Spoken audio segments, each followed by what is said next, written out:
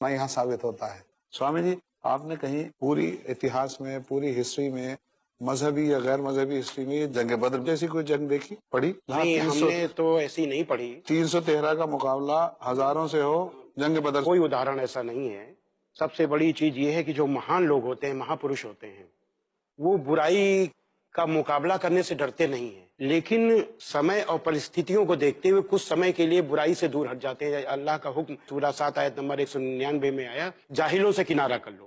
حضرت محمد صلی اللہ علیہ وسلم نے تھوڑے سمے کے لیے جاہلوں سے کنارہ کیا، مکہ سے مدینہ گئے، اور جب انیائے اور آتنکواد کو سماپت کرنے کے لیے بات چیت کا راستہ، سب سے پہلے وہاں جانے کے بعد بھی بات چیت کا راستہ اختیار کیا، صلح حدیبیہ کیا، لیکن صلح حدیبیہ کرنے کے بعد بھی اس کو توڑا گیا۔ مطلب سارے ہم نے بتایا کہ اسد، انیائے اور آتنکواد کو سماپت کرنے کے لیے بات چیت کا راستہ اختیار کیا جائے اور راستہ بھی سماپت ہو جائے، بات چیت کے سارے راستے بند ہو جائیں، تو ایک ہی راستہ بچے، جنگ۔ تو جنگ وہ یدھ نہیں، دھرم یدھ ہوتا ہے۔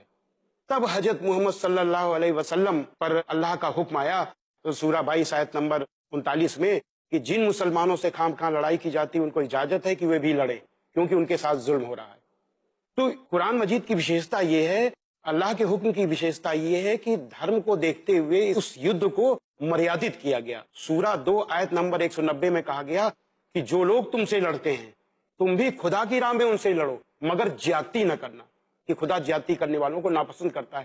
اس کا سب سے بڑا ادھارن ہے مسجد نبوی میں جب بدر کی لڑائی کے 73 قیدی پکڑ کر کے لائے گئے، کھمبے میں باندھے گئے، تو حضرت محمد صلی اللہ علیہ وسلم کو ان کا کشٹ دیکھا نہیں گیا، بڑی دیر رات تک جگتے رہے۔ جب ایک انویائی نے پوچھا کہ اے اللہ کے رسول، آپ اتنی دیر جگ رہے ہیں، تو آپ نے فرمایا کہ یہ قیدی کشٹ کی وجہ سے نہیں سو سکتے تو میں کیسے سو سکتا ہوں؟ یہ انسانیت کا اس سے بڑا ادھارن کہیں کوئی نہیں ہے، ہم نے کہ پیغمبر جی۔ تو اس طریقے سے اس یدھ کو مریادت کیا۔ میرے حساب سے دنیا کے لوگوں کو، چاہے جس دھرم کا آدمی ہو، ہر انسان کو میرا سندیش یہی ہے کہ حضرت محمد صلی اللہ علیہ وسلم کا ایک ایک قدم دنیا کے لیے آدرش ہے، آئیڈیل ہے۔